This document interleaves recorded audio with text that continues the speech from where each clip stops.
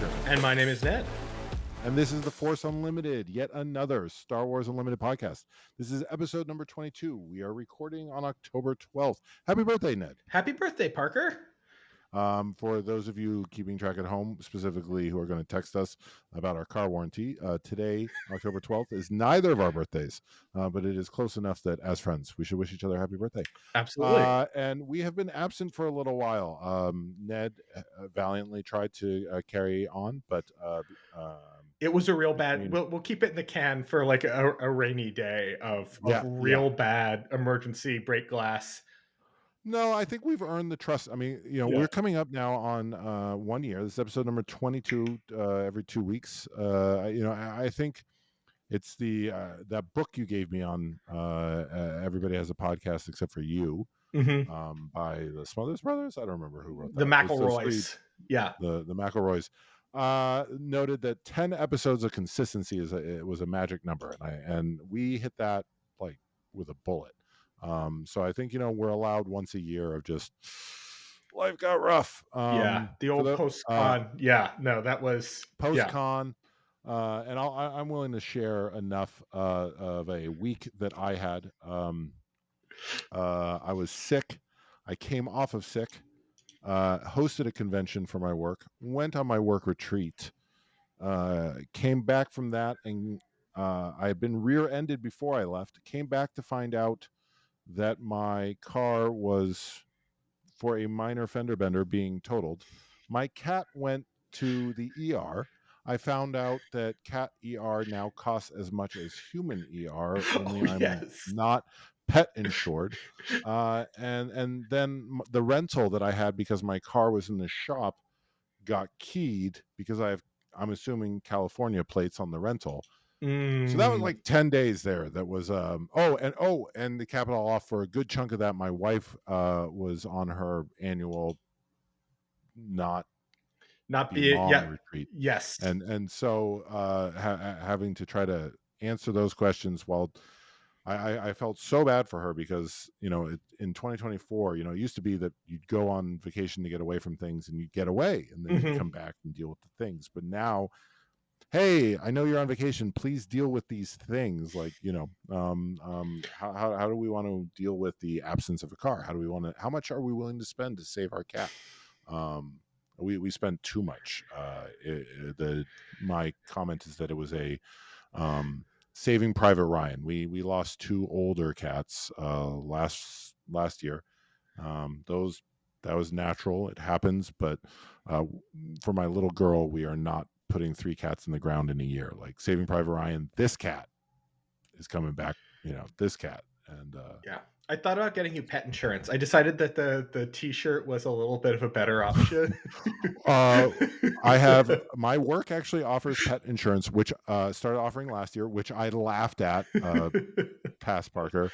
Luckily, I've got open enrollment coming up, and we will be actually seriously looking at exactly how much does it cost to insure our cat, because our mutual friend, Steven, who designed the Force Unlimited logo, gave me idiot cats, and they will not stop eating things non-food items.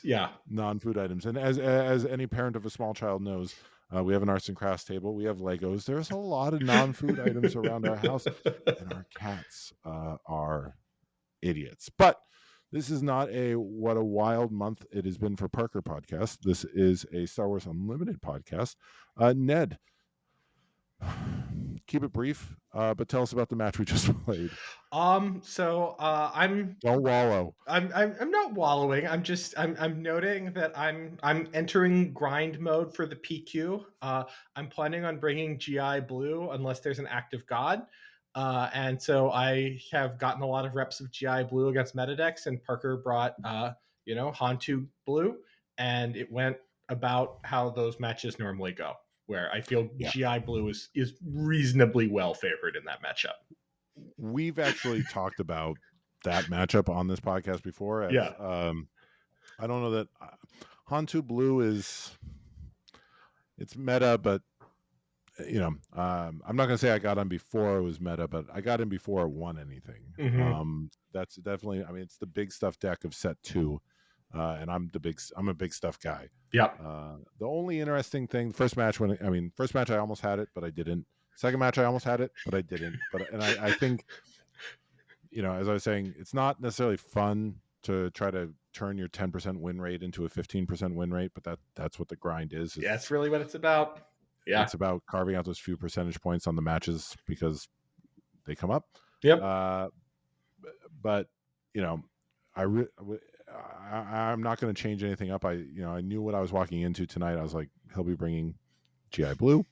The only thing that I found fascinating is, and I'm curious to see how other decks play out like this, was Han 2 so rewards you for playing under curve, right? For playing ahead of curve. Yes. And my second game, I naturally lined up into a situation where I was really strongly rewarded for playing kind of on curve Mm-hmm. and not using his ability. I just the hand that I had, I played Sabine on turn one, I was a little and annoyed so by then that. I had the shock, the one cost deal to daring raid in hand, and I was lining up my high Loban enforcer into that, and I had to instead use the pop the shield and trade the high Loban in, which was not as much fun as I was hoping. I was really hoping to be able to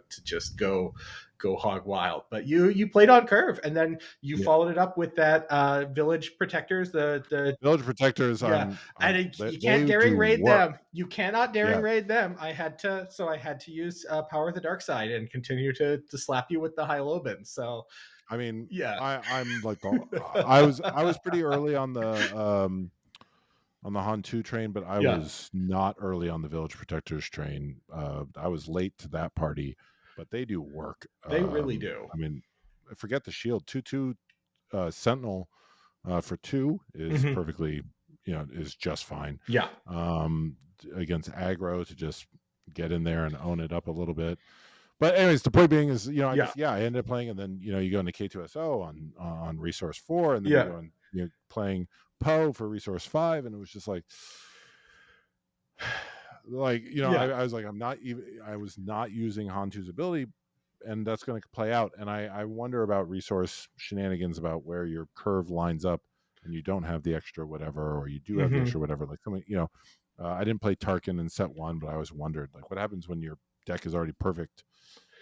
Your curve is perfect and you don't use those +1/+1s. So Yeah, I anyway, mean, yeah, no, I think that there's fertile ground to go there, especially as we move into more and more leaders having resource based ability costs. Can you get something? I will Yeah, say to all our listeners who will be at the Portland Planetary Qualifier in 2 weeks, that shield base in GI, like it's I don't there's a usually reason I feel a run shield it. is worth 5 points, but it absolutely pushes. In It's GI, it specifically is because of grit, right? Like that's the thing is you specifically because of grit, it's worth it. it's. Yeah. I mean, if you're getting to a point where you have 25 on damage on your base, Hmm. like you've already lost, regardless of whether you know. I will say there are times that I really wish that I could sideboard base because I feel like we're dipping too deep into the late night gaming well of what I'm going to be Yeah, talking about. save that But content for the yeah, channel that's not yeah, ours, Ned. yeah, damn. So, All right, all right. I'll actually, we're gonna yeah. let's jump into our main segment tonight. Is actually a side segment. Tonight we're going to open with a return of a segment that I wish we got to do more often. That's not how the Force works. That's not how the Force works. It's been a hot minute since we've done the Force Unlimited. That is our listener feedback section. We Hmm. don't generally solicit too aggressively, but our Maybe we last should. episode, we Yeah. clearly should. Well, you should, Ned. Spoiler alert: they are math heavy questions. Uh, but last time, I bribed listeners saying, whoever, if you wrote in, first person to write in, get a question, and the first person to write in a question that got on the air would get this Lego Ether Sprite. It doesn't actually say Ooh. Ether Sprite on there, but I've learned that from the Star Wars Unlimited card that is called an Ether Sprite. So Obi-Wan's little starfighter Lego set. I hope you like Legos, Adam. because of all the people who reached out. You were the first. Woo, So Adam. Adam, woo, wrote in with two questions. Mm. And Adam's first question: I've noticed that prices have fallen and weekly event attendance has dipped. Is this normal for TCGs in their first year? I have thoughts, but I haven't been around at a lot of TCGs, Ned. So, what do you think? So I'm gonna start off by caveating that I have not followed a lot of TCGs at the start. So I got into Magic at the start, but I was also very young, Mic drop, right? very young. If you're gonna get into Yeah. one at the start, Magic would be like the I boomer mean, and ones that again, you like a know. given value of the start, right? I got it in unlimited, which is reasonably close to the start, but I think um, that's fair for like yeah, most people. yeah, You know, I feel like people who got in during alpha and beta are like people who went to Woodstock, yeah, where like a lot of people got in yeah. at alpha and beta, given that how much I've seen, how they've Mhm. reported how much they sold, and way more people played it than there were packs to sell. So Yeah. I Um, think unlimited is where people, yeah, Right. okay, that's I the was also start. That's the first. I was also a kid. I also got into the Lord of the Rings, Iron Crown Enterprises, Lord of the Rings collectible card game at the start that I have many varied stories about that we're not going to get into. But I was a kid. Similarly, I played the Decipher Star Wars and the Decipher Star Trek and the Decipher Lord of the Rings back when I was a kid. And so like my ability to track attendance wasn't great because I was living in central Nebraska for a lot of those and like I saw the same people show up at the store all the time. But I will say that as an adult, I have been through a lot of LCGs, and I will say that LCGs typically do have like a. I'm sure everybody's seen the hype curve where you start off and you've got like the early adopters, and then you go up to like peak hype, and then it drops down, and you get like a trough, and then it picks back up. So I will say that going off of adult LCG experience as a guideline, building up to the first set, there's a lot of excitement and expectation. It's a new thing. You're getting to explore new stuff. And then after the release of the first set, the new thing is real and you're interacting with it and that's exciting and there's a lot of stuff, but then as more games get played, the play patterns start solidifying and you start moving into, you're not exploring like fresh terrain anymore. It's more about like eking out those kind of marginal edges and trying to improve. And for a lot of people, like the exploration is exciting and the refinement is less exciting. And so you're in that same refinement phase, admittedly, like you're less refined and you're not like the 5 millionth person to try and make a particular deck archetype work like you would be in other more popular card games that will not be mentioned right now. But uh, so that goes down, and part of what makes it also dip lower is that because it is a new card game, there hasn't been like the same depth, the same breadth of strategies that have been uncovered. And so like the space that you are refining is smaller than it would be in another more well established card game. But then as more sets come out, the breadth increases, and because your interaction increases with breadth greater than linearly, like doubling the number of cards more than doubles the number of interactions and more than doubles like the space you have to play around with because all the pieces interact with each other. You get more cement. The other thing that I will notice, and this is a personal opinion, this is just me. um, It's all just us, Ned. Sure, but like I don't have a lot of data for this. This is just me being like old man yells at cloud.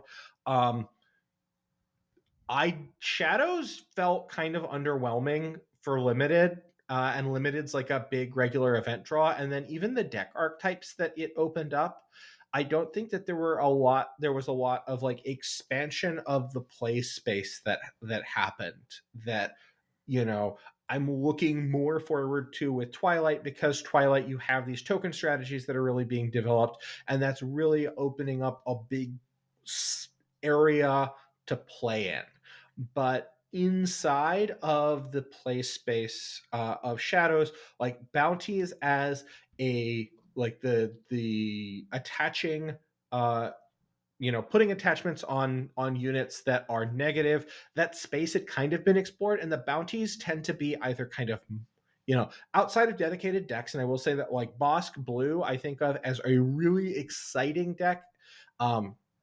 That I was not expecting. And like looking at the cards, I would not have predicted it being as good as it is. But like when it goes, it goes. Um, but yeah, there's just not enough juice there. Smuggle is really interesting, but you don't like. You expect a little bit more in the way of like card reading and hand extension, and generally like the smuggle cards are played as things to do to keep you from drawing dead in the late game outside of very specific interactions.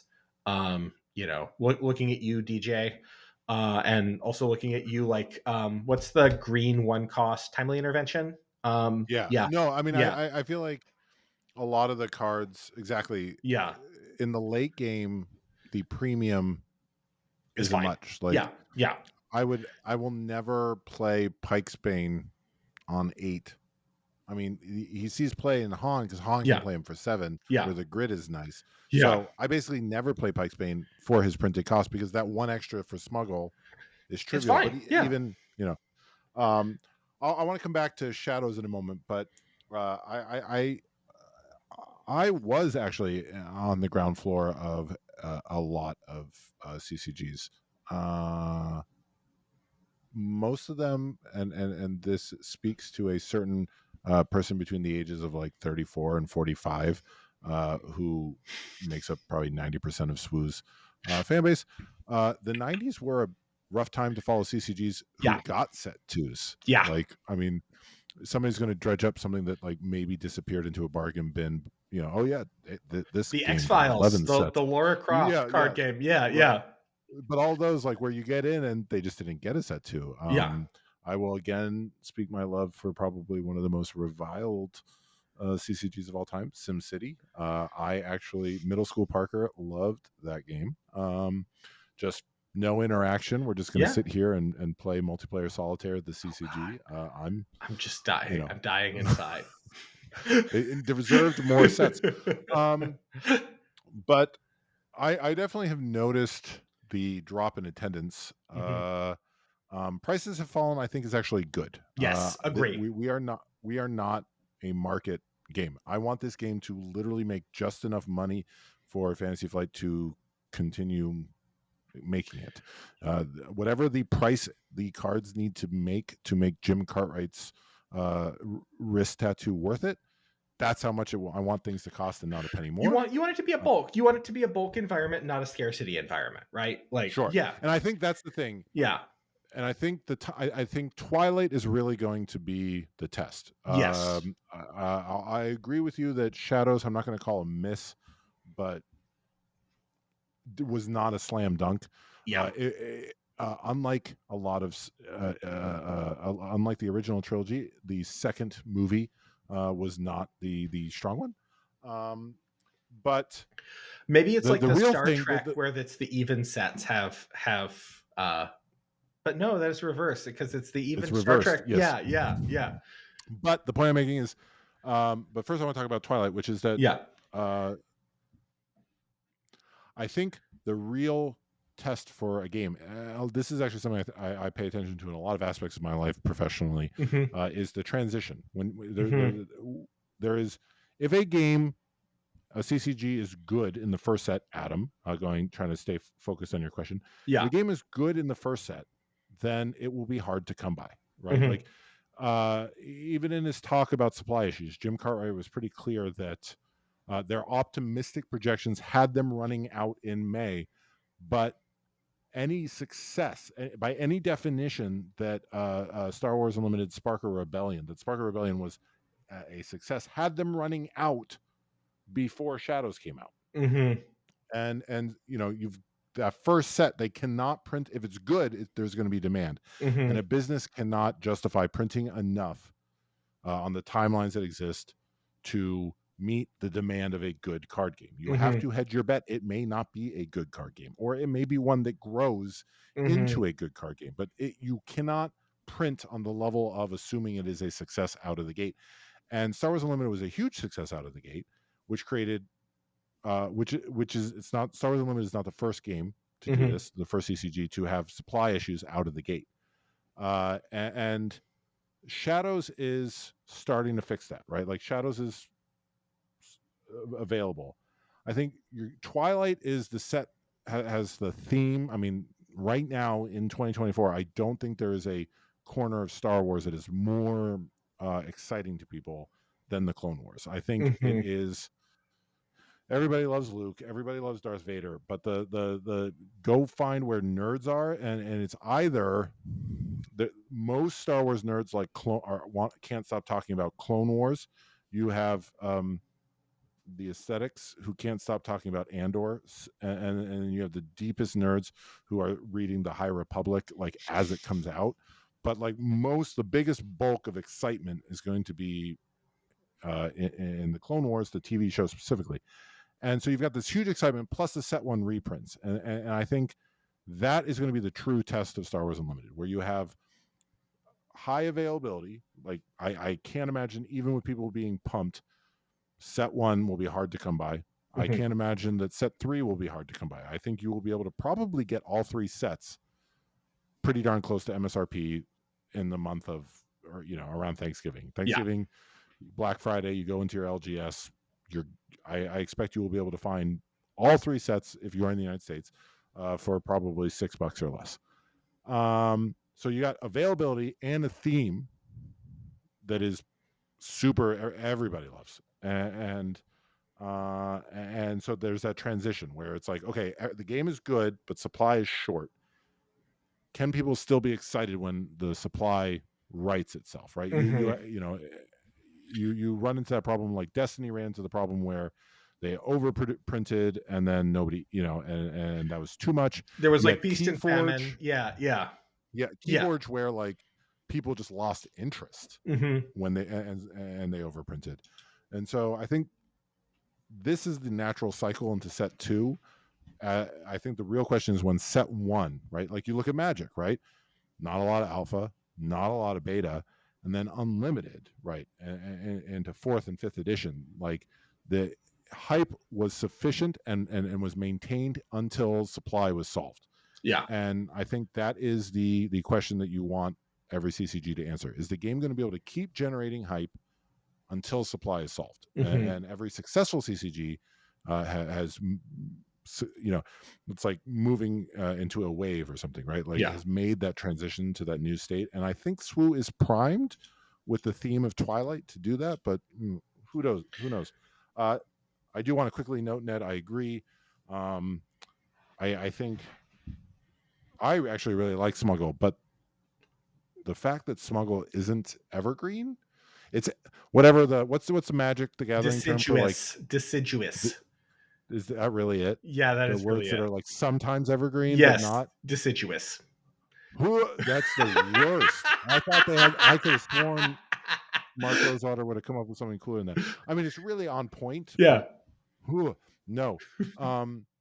The idea of like keywords that they promise, whatever. What's that scale they have Storm of like scale, the old storm the scale. storm scale? Yeah. Like obviously, Smuggle will return, Yeah. but the fact that there's not Smuggle in every set, the fact that it's not like a really core mechanic, makes me sad. I will also, I'm not going to lie, I don't know how I feel about Shielded not being evergreen. I think that Uh, that's fine. I think that that's fine. I think it's like plus, it's like +1/+1 counters. it's not though. I mean, +1. I mean, but those aren't keyworded, right? Yeah. For me, it's what I find fascinating is like if you buy a Game Genic set of Game Genic tokens, you're Mhm. almost certainly going to buy all the cards. But it's Mhm. fascinating to me that somebody will be able to go buy a box of Game Genic tokens and not need half of them if they just Yeah. get on at Twilight. Like they go to a Twilight Limited event pre-release, they're excited, they buy all these cards, they buy the Game Genic tokens that are now finally making their way Yeah. back into stock, and half of them are useless. Yeah. But Shielded is just, I understand. I don't like it, but I understand the Sure. logistical realities of those Mhm. tokens. But the fact that Smuggle, that there aren't any Smuggle cards in Twilight, breaks my heart a little bit. Like that hurts. Um, so yeah, I'm excited to get to Star Wars Unlimited is complicated enough as it is. I think Yeah. I agree with Tyler. Shadows was a little bit much, maybe not a bit much for the game, but a bit much for the second set. Yeah. And so, Adam, I'm optimistic. I think this is normal, but the real set to watch will be what is attendance like at your locals, and After the third set. Yeah. Yeah. after the third set. I think that's Um, absolutely right. Watchful waiting. And I think that there's natural sort of ebbs and flows. When sets are good and people are excited, then you get more attendance, and when they're not, then it's you get the regulars. and Yeah. and that's actually a huge selling point of Star Wars Unlimited being pitched as a limited first game, Mm-hmm. is the ease of getting back in. Yes. Right, like if the set is good in the limited environment, people will come back. Yeah. Like, and I mean, yeah, I've noticed a dip in attendance at Guardian, like going from like 40, 50 people a night to 12 was Mm-hmm. a that was a rough night. But the limited nights there are as big as they've ever been. So, Mm-hmm. all right, With second question. Adam asked, using Ned's model, which aspect combinations are the strongest? Many point to villain yellow as overpowered. Is this true? So we can answer that question using Ned math. So I'm not going to dive too deep into this because otherwise Parker will get increasingly tickle in his throat and clear it aggressively until I shut up. But We have a lot of Ned math yeah, tonight, there's a so you know. lot. There's a lot. But fundamentally, we can essentially assign a value to every card that NetMath predicts, and then we can compare that to the actual value, and we can measure that discrepancy, which I would call error. That's what I would call it in my day job. If we had a perfect tool, then maybe we would be able to perfectly predict every card. Like we would have like the And it's old called an error because it's a gap between what the model thinks is yes. going to happen and what actual cards we've seen in the reality. Correct. Yes. Yeah, and that's, like some of the error is just not going to be explainable. So an example of this is like I don't want to have a variable for is Boba Fett, right? Like, you know, at some point I might have a like is an exciting story character variable, but then, you get increasingly into these gray areas of like how do you value this Well, ability and that I mean, ability? we'll Yeah. value uniqueness, right? Yeah. We did, Yeah, right? we have. Yes. Yeah. So I think uniqueness is about as close as we'll be able to get to. Yeah. Uh, it is Newt Gunray, on par with like Quinlan Voss. Like, I don't know, and I don't want to have that I conversation. This is I not the podcast for that. Like, that is a podcast for people who have watched all of the movies, who have read yes. more than one book. Like that's the people who get to argue about these things. Yeah, no, at 110%. So we can absolutely assign a value, but now comes the interesting part, at least to me. So we look at this error and we can evaluate this error, but when we're evaluating on a card by card basis, there's one approach, but then when you aggregate groups of cards, how do you do it? And for people who have taken a statistics class at some point in their lives, there's kind of oh no, he's dying. No, um, there are three kind of basic aggregation functions. There are more complex aggregation functions that I will talk about, but not right now. And the three basic aggregation functions are mean, median, and mode. So mode is what the most common value in a set is. So I like to use the example of like people in a bar with differing amounts of money. So if imagine that we have 10 people in a bar, one of them has $5 in their pocket, four of them have $10 in their pocket, three of them have $100 in their pocket, and one person is Bill Gates, right? Or I Yep. may have added up to nine people, but like on that order, right? The Yeah. the modal amount of money is $20. Is that if you were to grab a person at random out of the sample, the most common amount of money that somebody would have in their pocket would be $20. So that is the modal amount. The problem with using the modal amount is that I don't feel like it's particularly informative because all it's telling you is sort of the most common amount of money, the most common amount that the model misses by. And I think that there is some value to that, but typically people use mean, which is also sometimes just called the average or the median. So the mean is you add up all the amounts of money and then you divide by the number of people. The problem with So that the average person in that room has $1 billion. dollars. Exactly. That's the problem, is that the average person in that room has $1 billion. So would you say, just sorry, not Yeah. swoo question, but this is about me learning math. The Yeah. value of the average, like the Yeah. usefulness of a mean, Mhm. is basically how big is your outlier? I mean, essentially, yeah. Like in a perfect bell curve, the mean, median, and mode are all the same point, right? Like Mm, to the extent that you have a pure bell curve, then the mean, median, and mode are not. When you have fat tails, then the mean is going to tend more towards the fat tails. So a fat tail meaning like the distribution. It's not a perfect bell curve, but like it's heavier far out. So like for example, money is commonly like a Pareto distribution, which it's got a very fat tail, right? I will say that while I really appreciate our reference to MathNet Yeah. and calling your segment "My Name Is Monday," calling your segment "Fat Tails" was a would have been a good second choice if we hadn't already named your Would segment. you have done that Asking, with the DuckTales theme? Fat tails, a woohoo! no, then we would No. have had to sing. I Uh, mean, you're clearly committed to it. I'm not that committed to it. So okay, so you got mean and so mode. and then the median is if you line everybody up from least amount of money to most amount of money, what is the person in the middle? And in the event that there's an even number of people, you just Halfway between the two halfway people. between the two. Yeah. So when we're evaluating cards, what is the correct aggregation function to use? And this is an important question. So Oh, because you're aggregating the error, you're aggregating seeing the which error, right? to see which aspect has the most, Most, which or as yeah, or least, or like you're aggregating the error, right? Because you have to aggregate the error by aspect. And so not every card sees the same amount of play, right? So the question, and Ned Math currently doesn't account for some things. It is known that Ned Math doesn't account for things. So an example, this is ramp. So like villainy green is being dragged down by that terrible Death Star super laser technician that nobody should ever play according to Ned Math. right. And Right. yet, Yeah, right, it's a good one of the card. worst net cards Yeah. is one of the most played in Yes. aspect. Right. Because like there's just not enough examples of cards that ramp you that I can adequately generalize and assign a value to it.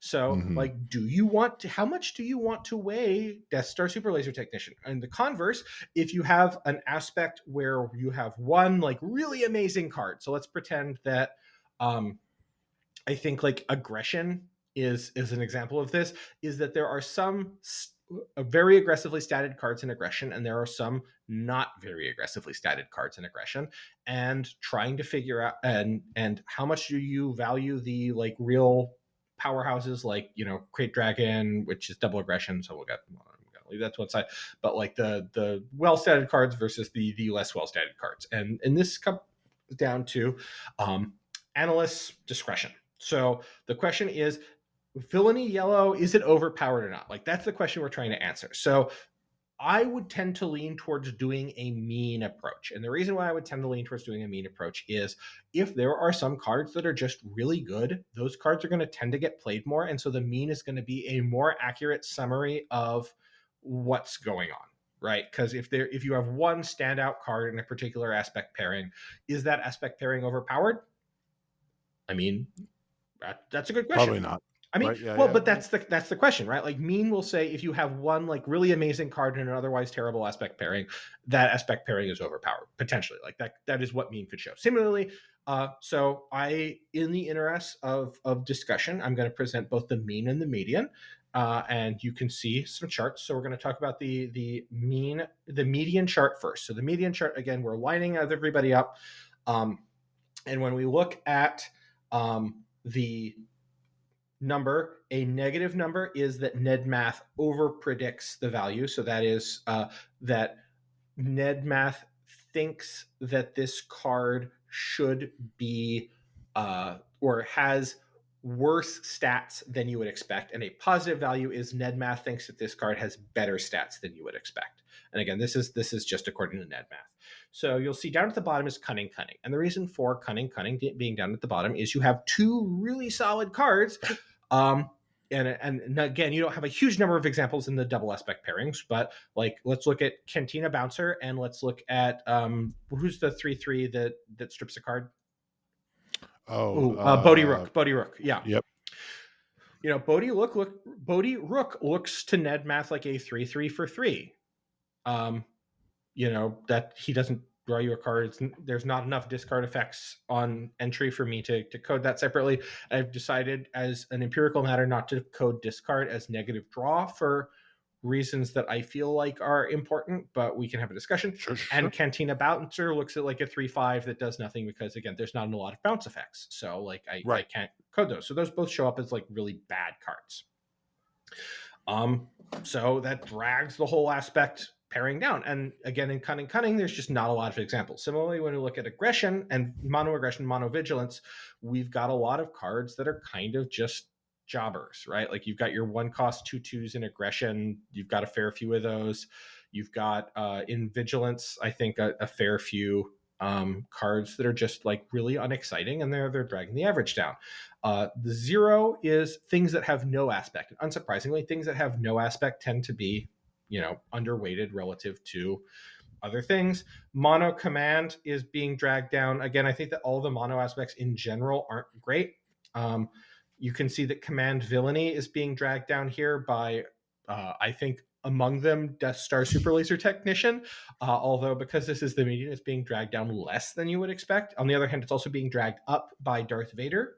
Um, Mono heroism, mono cunning, and vigilance. Vigilance are all showing up. Basically, everything from like command villainy up through about vigilance villainy. I'd call those about the same, right? Mm-hmm. Mm-hmm. And aggression heroism is showing up very strongly, even though you don't see that because you've got Poe Dameron. You've got Mace Windu shows up as quite strong according to this. I think there's another one that I'm Sabine. I think shows up as pretty strong in that math. Cunning villainy is unsurprisingly showing up pretty positive. Uh, Yep. Yep. yep, you'll notice that it is quite, again, it's not excessively valued. It's like on the median value is about 0.4 above what Ned Math would predict, which I think is Well, and on a yeah, certain level, I mean, I yeah, feel like there's a value in, you talk a lot about needing to have enough cards. Like, yeah, I'm prepared to just ditch any of the double aspected cards just because their pools are very so small, small, right? right? Like, you So only like, have what, 8 of them to measure and many of them are not per. units, and so therefore do not appear Right. in the calculation. So like aggression is being basically held aloft by Crate Dragon, right? But Yeah, using median, cunning villainy is handily the best of a true 1 or 2 aspect yeah, pair. unsurprisingly. And then we're going to pull up the mean chart, and I have this in the alternate order, but Why? uh, I felt like it. I don't know, man. Okay. That's fair. Yeah, just okay. I, Yeah, yeah, I yeah. I experimented with the both. You can see the cunning is again being pulled down. Mono vigilance is being pulled down by some stinkers. No aspect is down. You've got this like big blob, but you'll notice that cunning villainy and aggression heroism are both pretty positive. And then Yeah. mono villainy is surprisingly good. I'm not sure what is pulling that up. I have some suspicions, but I think it's Gideon's light cruiser, which the model really likes. The Uh, model really likes the Gideon's like model really, because it's a space unit, it's aggressively statted, and it has the Darth it Vader does ability, card right? draw Yeah. and yeah, Yeah, like it puts a unit yeah, into play. It puts a unit into play, Parker. How can that which does be a bad card? Yeah. no, Yeah. we talked about Yeah. how much your model loves Gideon's like, and I bet that's what's pulling it. Yeah. I mean, Again, this is into mean. from So yeah, good yes. into the top. Yeah. Yeah. But okay, so depending on the model, Yeah. cunning villainy is either the best or second best Yep. Ned Math 2 aspect pair. Yeah.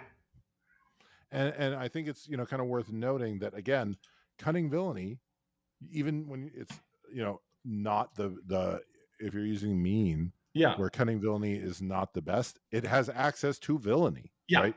So it does have access to Gideon's those light cruiser. Don't sleep on it.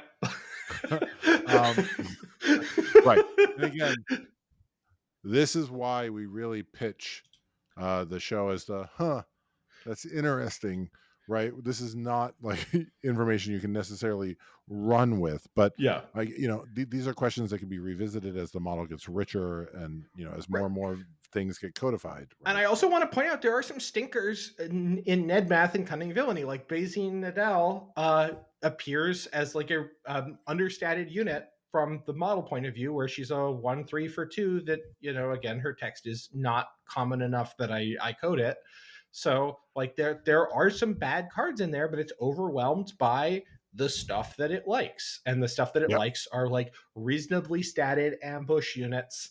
Um, that sometimes have good kickers, right? Right, right, Yeah. right, right. So Adam, I'll get at you for your address to ship this to you, but the answers to your questions are be patient and yeah, kinda. Yeah, kinda. Yeah. And So again, like this isn't dispositive. I mean, like just because the math is saying this, we've noted the limits of the math, and also like it's not enormous. It's a half a stat point, an adjusted stat point, which works out to like a point of power, maybe, or like a point of a hit point, maybe. But still, like a hit point or a point of power in like tight resource games does matter, and we're aggregating over a non-trivial number of cards. another question. This Yes. one comes from Jennifer. Jennifer asked us to run a very specific model, and I point out that reaching out to have us talk about it on the show, as opposed to pinging me in the middle of your heated conversation, is the way to go because I can't run this math for you. Jennifer asks, notes that her current jank dream, and a huge proponent of jank dreams, You gotta is to live. play Moisture Farmer in her Bo-Katan blue deck. Mhm. Make the Moisture Farmer a Foundling, and then slap Darksaber on her on turn 3. So again, the question is, what are the mathematical chances, assuming running a full stack of each, of getting to be able to play Moisture Farmer into Foundling into Darksaber? So the math is slightly complicated here. So we can do like our end card combo analytic approach, where we just look at the odds of drawing all the cards by the nth turn, but that doesn't quite work. And the reason why that doesn't quite work is that um, you have 2 turns in which one can play both Foundling and Moisture Farmer, because they're both 1 cost. You can play them on your 2 resource turn, or you can play them both on your 3 resource turn, and then on your 4 resource turn you have to have Dark Save, right? So the analytic approach gets kind of complicated, because so when I talk about an analytic approach, this is you write a formula, and then the formula gives you your answer. And writing a formula where your formula gives you an answer in a like what are my odds of drawing like n cards of a particular type by turn y, you can just pull up a hypergeometric calculator and that'll give you an answer. But we can't quite use the hypergeometric calculator here, because if we draw, let's say, Foundling on turn 4, on our 4 resource turn, that doesn't help us, because Right. we needed to have drawn Foundling on our prior turn in order to be able to do this. So we're pretending the opponent has no removal. We're pretending that they're never going to attack your units. We're pretending that you are fine if all you are doing on your 3 resource turn is playing Foundling, right?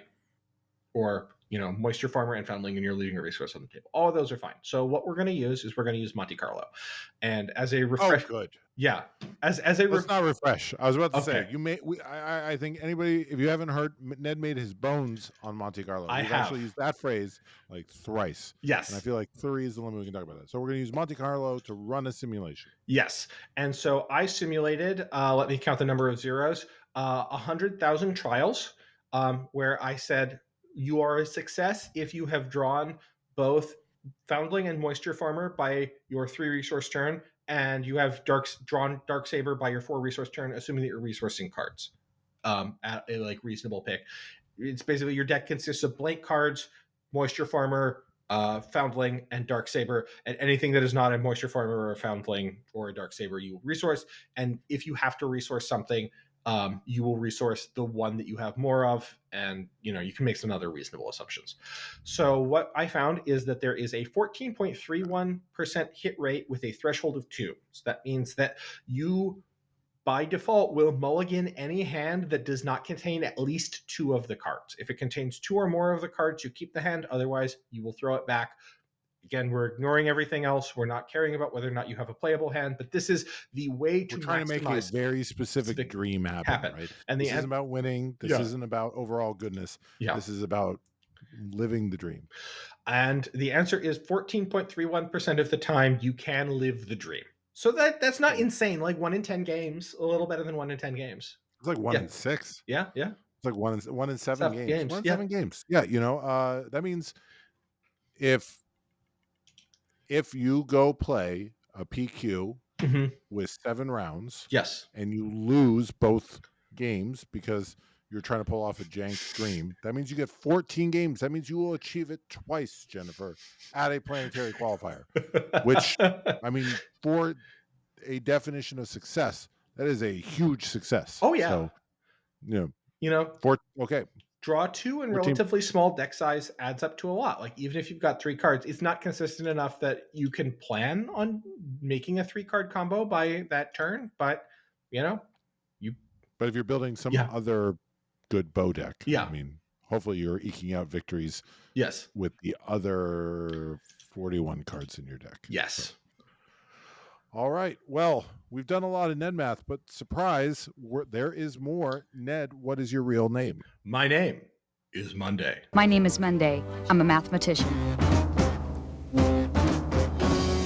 So I was asked by a listener, Ned, using your approach, what is the best unit at each cost? I forget this listener's name because I am terrible at names, but let's And pretend. to be fair, it wasn't written to us. This was at PAX West, I so believe where so. Yeah.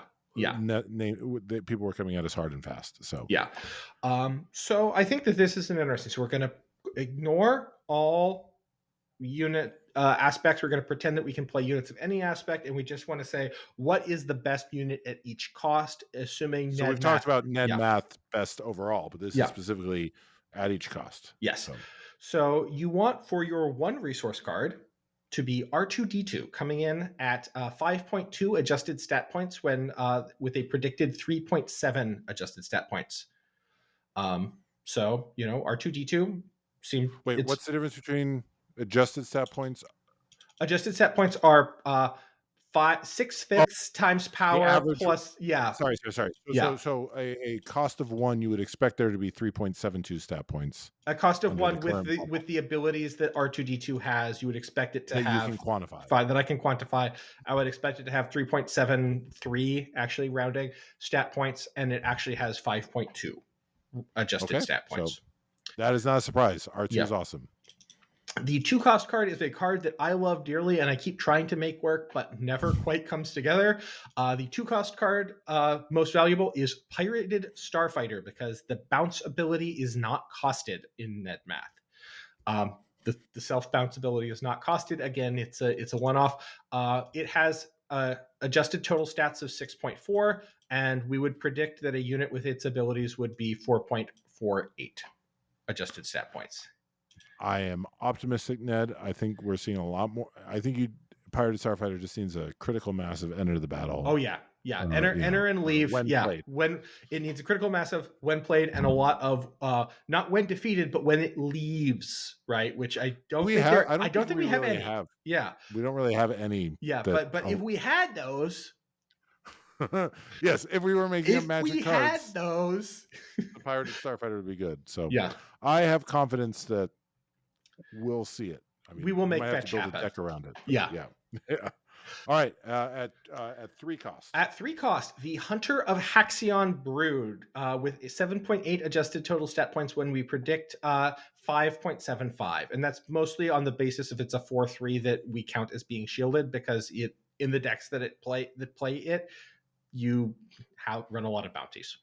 Yeah, if you're running it, Yeah. and we've talked about that, and I think that is that kind of discretion of Ned math of Yeah. this is not always true, but it's always true in the situations where you're putting it into your deck, and Right. how do you cost some of those things? So Yeah. having played a lot of limited Cad Bane, the Haxion Brood puts in work Yeah. in limited in Cad Bane, but Yep. I don't know if that's enough. So okay, at cost 4. For resource, this is actually a little bit of a surprise, and this goes to limitations of Ned math and my assumptions. It's General Dodonna, where I would have assumed it would have been Zuckus, or sorry, not Zuckus, Forlom, or there's a couple other units that I really dread seeing at the 4 resource. But this basically comes down to I assume that General Dodonna always sees one other unit that it's buffing, one other rebel that it's buffing, under the same assumptions as Hunter of Haxion Brood, and that works out just marginally in its favor. It has So then he adjusted. ends up to be essentially functionally being a 4 for a 5/5. Yes, that is correct. Okay. Yeah, Yeah. I mean he's Right. not the only 4 for a 5/5, but he is the one that the model likes best. Well, and the model's going to like him also, I think, because he's mono, right? he's mono aspect. Yeah, exactly. And Yeah, a lot of those other better ones are 2 aspect, and the yeah. model considers that. I mean, You get more stats for cost with 2 aspect. right. Yeah, And that is maybe, not to the point of the question, right? But yeah, that's the nature of the model, right? Like yes, rerunning the model without looking at aspect yeah. is too much. It is doable, but I chose not to do it for purposes of this We have episode. lives, Ned. Yeah. It's okay. So General Donna is seen as having 11 points of adjusted total stats, where the model predicts that he should have 9.06. So 2 adjusted stat points of error. The 5 cost unit that I am most frequently sad to see is Zuckuss. And that tracks. Yeah. And again, I'm not counting it as a full +1/+1 and ambush. I am counting it as ambush, and I think +half/+half. I could be wrong about that. I'd need to look again. But typically, if you're playing Well, it's Forlom, you're funny if also playing Zuckuss. Yeah. if you and if you're you have to count Zuckuss a little higher than Forlom, because you're Yes. often not seeing Forlom with Zuckuss, but you're much more likely to be seeing Zuckuss with Forlom. Yeah. So he has 13.2 adjusted total stats, and the model predicts that he would have 10.94 adjusted total stats. The 6 cost unit of everyone's dream. Sorry, I index from 0 because I'm a monster at heart. Speaking of monsters at heart, the Wild Rancor comes in at 15.2 adjusted total stats points, and the model predicts it should have 12.38 adjusted total stat points. And again, this is based on the fact that I value damage on opponents' units more highly than damage on your own units. Because I feel like if you're playing the Wild Rancor, you're not going to do it when you're wiping your board. And the next 3 will not be a surprise to anybody who's been paying attention. Oh no. Net, The 7 cost unit that I am most sick of seeing, that I honestly cannot wait for to rotate out, is of course the Darth Vader unit, coming in at 19.6 adjusted total stat points, where we would expect that unit to have 13.88 adjusted total stat points. It's basically, he puts 3/3. I value him as essentially drawing you a card and putting 3/3 worth of stats on a 5/7 body with ambush, which, unsurprisingly, the model thinks is great. Yeah. No. Yeah. Speaking of, but what if Ned, you had Darth Vader in space? I think that the model would really like that, and in fact, the model does. Gideon's light cruiser is valued at 15.52 predicted stat points at 23.0 adjusted total stat points. Again, I'm assuming that you're playing Gideon's light cruiser in a Gideon deck, and so you're seeing full value from it every time that you play it. That's another note about Darth Vader. I predict that you were seeing full value every time you play it, and sometimes that's true. Man, Yeah.